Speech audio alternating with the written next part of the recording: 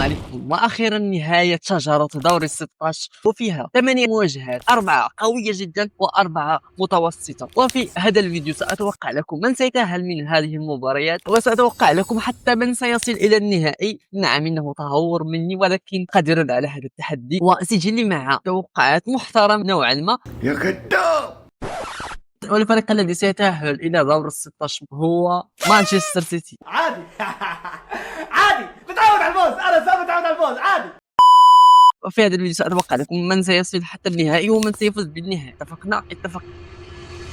وقبل أن نبدأ نتعرف على الجهتين. الجهة الأولى فيها مباراة بنفيكا وبرشلونة، مباراة ليل ودورتموند، باير ليفركوزن وبايرن ميونخ، وإنتر ميلان وفاينورد. والجهة الثانية الجهة اليسرى فيها ليفربول وباريس سان جيرمان، استون فيلا وكلوب بروج، ريال مدريد واتلتيكو مدريد مباراة الدوري وفيها أرسنال وبي اس بي ان. سنبدأ بالمباراة السهلة، كلوب بروج واستون فيلا. في هذه المباراة صحيح كلوب بروج تأهل على حساب أتلانتا بسبب حتى بعد المتاعب إلى مانشستر سيتي في آخر مباراة في الدوري، دوري أبطال أوروبا، ولكن أستون فيلا وأوناي إيمري قوي جدا في الخروج المغلوب، لهذا البطاقة التأهل سأعطيها في أستون فيلا. وفي المباراة الثانية في نفس الجهة، جهة ريال مدريد، أرسنال ضد بي اس في ايندهوفن. أرسنال ليست لديها مهاجم وهذا شيء جدا سيء. بي اس في ايندهوفن أقصى يوفنتوس، ولكن رغم كل هذا سأتوقع تأهل أرسنال، ولكن ليس بنسبة كبيرة، يعني مثل أنك ستقول 60% ستتأهل أرسنال و40% أو 35% لبي اس في ايندهوفن، لأن أرسنال لديها الكثير من الإصابات. المهاجم الذي سيحسن فرص المحققة لا يوجد. بطاقة التأهل سأعطيها لأرسنال. ففي المباراة الثانية انتر ميلان ضد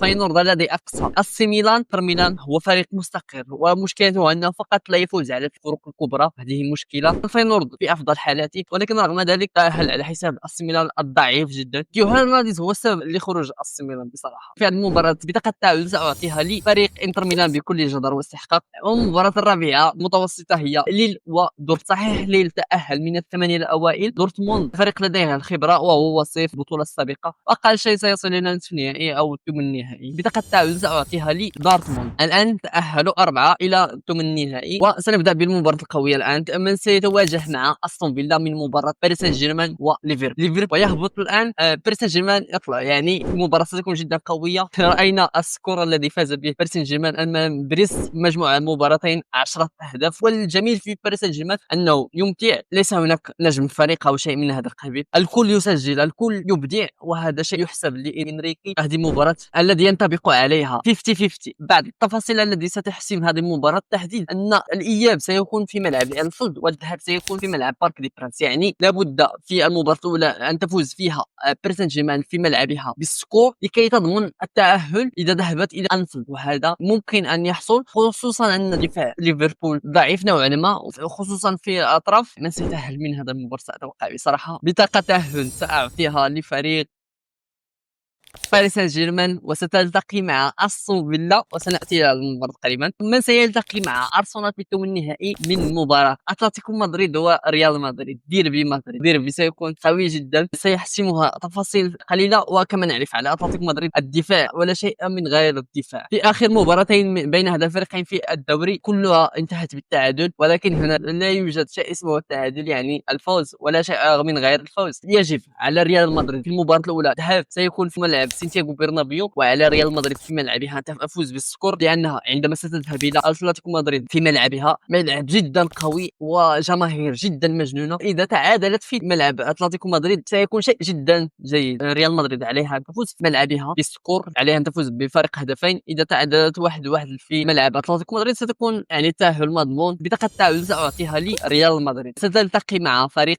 أرسنال. سننتقل إلى الجهة الثانية، جهة برشلونة. على ذكر برشلونة سنبدأ بمباراة برشلونة وبنفيكا. بصراحة بنفيكا فريق عنيد، ولكن حتى برشلونة من أفضل الأندية في دوري أبطال أوروبا في هذا الموسم. ومشكلة برشلونة أنها مع أندية الصغيرة، وحتى في دوري أبطال أوروبا لم تعاني كثيرا. في المباراة الأولى فقط الذي خسرت من موناكو، وفي هذه المباراة ستكون مباراة صعبة ليست سهلة أبدا. نعرفون جيدا بنفيكا ستعد من أفضل المباريات في هذا الموسم. مباراة الأخيرة بين بنفيكا وبرشلونة الريمونتادا، صراحة مباراة كانت جدا رائعة، وحتى المباراتين ستكون جدا رائعة. التوقيعات من سيساعد برشلونة أنها مباراة الذهاب سيكون في ملعب بنفيكا، يعني سيذهب إلى بنفيكا في المباراة الأولى، والإياب سيكون في ملعبها لهذا إذا فقط تعادلت أو فازت بفارق هدف أو هدفين ستضمن التأهل سأعطيها وستلتقي مع دورتموند. المواجهة الثانية في هذا الموسم مع دورتموند من سيتأهل من بايرن ليفركوزن وبايرن ميونخ لكي يلتقي مع انتر ميلان. بايرن ميونخ فريق فقد مستواه ولم يعد الوحش البافاري، كل هذا ذهبات فريق جدا عادي. تواجهوا بايرن ليفركوزن وبايرن ميونخ في مباراتين في الدوري ولكن تعادلوا. بايرن ميونخ الذي تأهل من الملحق كنت توقعت انا انها ستكون من الاوائل التي ستتأهل لدوري ابطال اوروبا ولكن تأهلت من الملحق. كادت سيلتيك فريق الاسكتلندي كاد ان يفوز عليها في مباراة الملحق. فريق بايرن ميونخ مشكلتها مشكلة دفاعية، وكومباني المدافع الاسطوري مع مانشستر سيتي وبايرن ميونخ لا يمكن ان يصحح اخطاء دفاعيه. المدافع عليه ان يكون قوي في الدفاع وهو قوي في الهجوم. قررت اداره بايرن ميونخ لتعيين هذا المدرب ليس على قد المسؤوليه. في هذه المباراه ستتوقع فوز بايرن ليفركوزن والله اعلم، لان تشافي الونسو يقدم مستويات جدا رائعه وهو الذي يتاهل من الثمانيه الاوائل. ليس سهل ابدا ان تتاهل من الثمانيه الاوائل. بايرن ليفركوزن سيلتقي مع انتر ميلان. الان سنتوقع مباريات الثمن النهائي وسنتأهل منها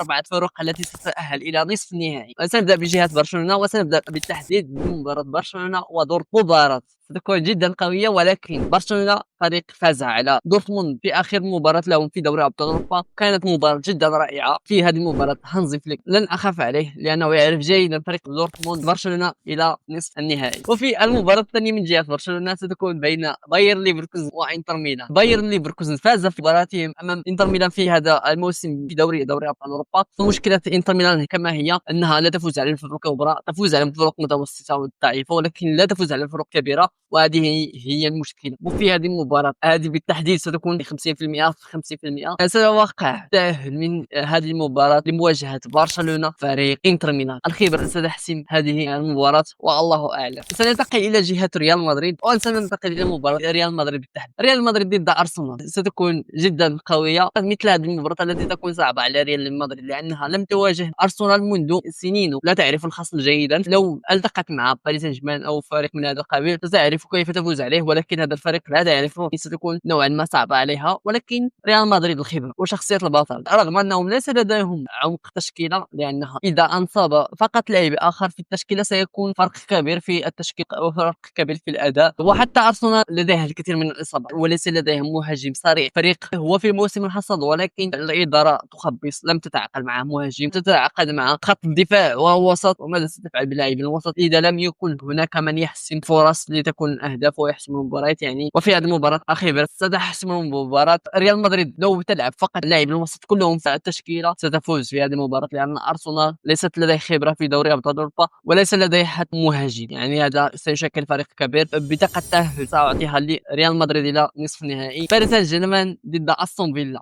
وناي إيمري لديه ثأر مع باريس سان جيرمان وسيفوز في هذه المباراه، ومباراه ستكون قويه جدا. حتى لويس انريكي لن يكون ابدا خصم سهل على استون فيلا. استون فيلا لديهم تشكيله جدا رائعه، لديهم عمق في التشكيله وكان جدا نشيط في السوق الانتقالات لا الشتويه ولا الصيفيه، يعني فريق يريد يكبر مشروعه. في هذه المباراه تعطيها للخبره باريس سان جيرمان. دائما ما يكون في نصف النهائي او النهائي وخشيتهم النهائي. باريس سان جيرمان ضد ريال مدريد، ولقاء مبابي معها في اول موسم له مع ريال مدريد. وهذه مباراه بما سياخذ مبابي طائر ام باريس سان جيرمان سياخذ طائر من ريال مدريد وحتى من كيليان مبابي. المهم في هذه المباراه ستكون جدا قويه. في هذه المباراه ساقول مجددا 50-50 لان مشكله ريال مدريد تلعب على الدوري منافسه مع اتلتيكو مدريد وبرشلونه. دائما ستلعب بالتشكيله الاساسيه وسيكون اللاعبين مرهقين. في المباراه القادمه دائما ستكون على ريال مدريد مثل النهائي. خساره واحده فقط ستخسر الصداره، ورغم ان برشلونه الان في وقت تصوير هذا الفيديو في الصداره بفرق الاهداف، ولكن دائما ريال مدريد في الضغط. على عكس باريس سان جيرمان المرتاحه تماما في الدوري الفرنسي، هي الان متصدره الدوري بفارق 10 نقاط، فارق جدا مريح لها. اللاعبين سيرتاحوا، إنريكي سيركز على دوري ابطال اوروبا على عكس ريال مدريد الذي سيكون كل المباريات التي سيلعبها مثل النهائي وليس لديها العمق في التشكيله. على عكس باريس سان جيرمان لديها لاعبين محترمين ولديها كل في مركز لديها لاعبين وثلاث لاعبين. هناك فرق كبير عندما ينصب لاعب من باريس سان جيرمان وريال مدريد.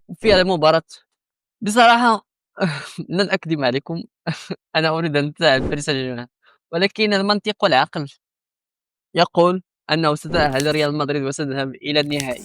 والله أعلم. وسنذهب إلى الجهة الأخرى، برشلونة ضد إنتر ميلان في نصف النهائي، مباراة حاسمة، وأيضًا هذه مباراة 50-50. أنا لا أخاف على هانزي فليك، المشكلة الوحيدة أن عندما تلعب إنتر ميلان على خطة دفاعية ستكون جدًا صعبة على برشلونة، لأن برشلونة فريق يحب المساحات، إذا هناك تكتلات دفاعية فستكون جدًا صعبة عليها، كما يلعبون معها فرق متوسطة في الدوري الإسباني لا يجد حل. أكثر شيء يسجل هدف، برشلونة يحب المساحات، وإنتر ميلان 5 في الدفاع، يلعب على الدفاع، وهذا سيكون صعب جدًا على برشلونة. وفي المباراة أتمنى بكل صراحة أن تتأهل برشلونة ليكون نهائي كلاسيكو. تخيلوا فقط النهائي في دوري أبطال أوروبا وكلاسيكو. في هذه المباراة سأتوقع تأهل برشلونة. النهائي سيكون في ملعب بايرن ميونخ اليانز أرينا، ومن سيفوز بدوري أبطال أوروبا؟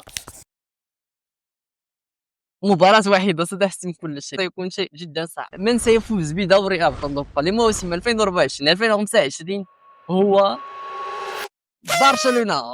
المهم هذه هي توقعاتي، هذا هو السيناريو الذي رسمت لدوري أبطال أوروبا 2024-2025، وبصراحة سأتابع هذا الدوري أبطال أوروبا بكل حماس لكي أعرف هل توقعاتي شيء صحيح أم لا. المهم اكتبوا لي أنتم توقعاتكم كما فعلت في التعليقات، اكتبوا لي من سيتأهل إلى دور الثمن، من سيتأهل من هذا الثمن إلى دور ربع النهائي، ومن سيتأهل إلى نصف النهائي، ومن سيلتقي في النهائي. في النهاية من سيفوز بدوري أبطال أوروبا. اكتبوا لي في التعليقات ضروري. سنعود إلى هذا الفيديو عندما ينتهي دوري أبطال أوروبا. هذا هو نهاية الفيديو، أتمنى أن يعجبكم. بصراحة صورت هذا الفيديو بكل حب، وأتمنى أن يعجبكم. شكرا إذا تابعت هذا الفيديو حتى هذه اللحظة. صراحة فيديو سيخلد في قناتي تاريخي إن شاء الله، وانتظروا سلسلة قصة نجم في رمضان إن شاء الله. نلتقي في رمضان أو في فيديو جديد إن شاء الله إذا كانت هناك أحداث. إلى اللقاء في مقطع جديد إن شاء الله. تهلاو.